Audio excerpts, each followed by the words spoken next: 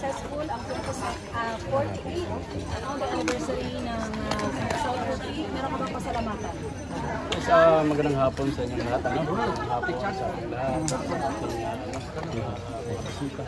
And 48 Foundation din ng South Turkey. Of course, ang una, magpapasalamat ako sa ating Panginoon sa binigay na oras, panahon, security, lahat. At kinoconsider na natin na successful yung aming 48 Foundation anniversary. Of course, I'd like to thank also to the security forces sa ating 57 IB, sa ating PNP, to the provincial office ng ating from the PTO na nag-deploy dito ng RFD na para i-secure yung the whole duration of the event. At siyempre sa ating mga line agencies na nag-contribute doon sa ating mga guro na nag-decorate ng ating stage, sa aking local government employee, the department head na talagang nag-iisa, sa aking Honorable Vice Mayor, sa ating Sangguniang Bayan, to all barangay chairman na talagang nagsuporta sa aming pagdiriwang, at sa aking kababayan, sa lahat-lahat, sa aking from health sector na nandyan. Yung kanilang participation is isang bagay yun para nagkaroon ng kulay at naging ganap at matiwasay yung aming pagdiriwang. Anong kasunod nito, Mayor, pagkatapos ng anniversary? Yeah, actually, ganun din. Tulad ng dati, after Foundation Day, meron kami mga restoration sa lahat ng ginawa namin. Isa pa pala sa pasalamatan ko, ihabol ko na lang yung aking mga riders from Luzon, Visayas, and Mindanao. Nandito lahat yung top 10 na national riders natin. At saka naubos yung all Central Mindanao. So, nagpapasalamat ako doon. So, after dyan, tapos na yung ating Foundation Day. So, back to restoration na kami. Restore namin yung aming Central School para i-develop yung ground. And then, lahat ng facilities na kung saan naganap yung mga activity ng ating South Turkey.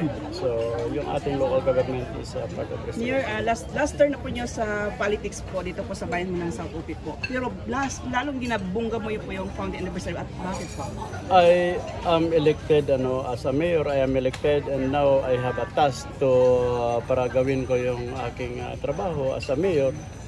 So I think mag-e-end pa yung aking term next year.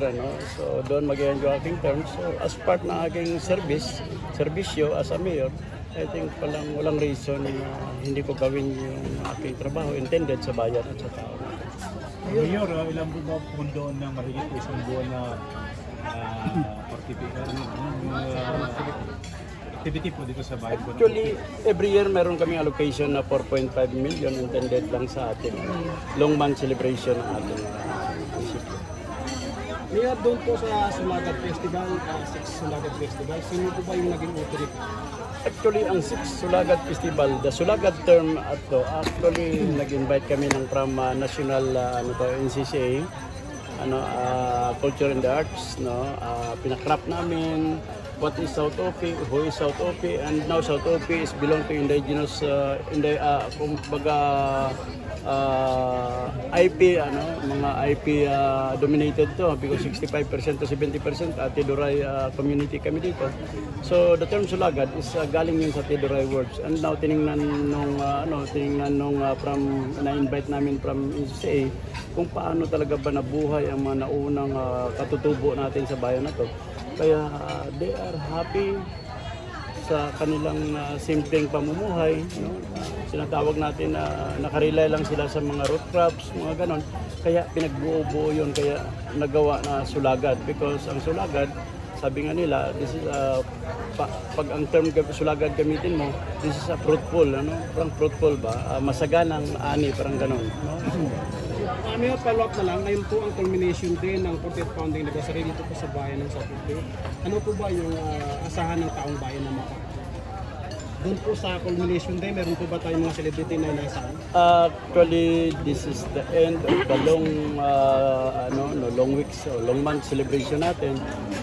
Last year, meron tayong mga disco ng bayan, but for this 48th Foundation Day, up to dito, lahat ng mga local government natin, Lady Jesus dito, sama-sama tayo, kakain tayo dito.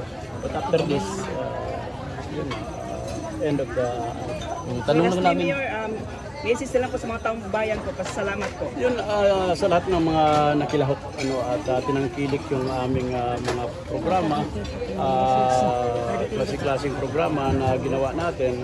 So, nagpapasalamat ako sa taong bayan ng South Opi. Not only in South Opi people, but alam ko mayroong tagalibak na pumunta, even sa motocross natin, punong-puno.